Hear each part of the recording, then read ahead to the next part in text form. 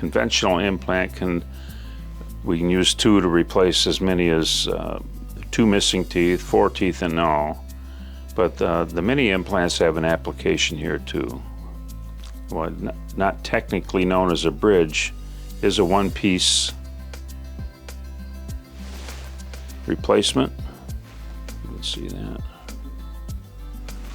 It gets cemented onto these small diameter implants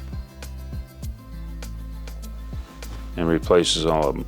We keep the teeth all together on the small diameter implants for strength purposes. It makes the much stronger situations. We're less likely to break off a mini implant. They work quite well when they're used in the right situations.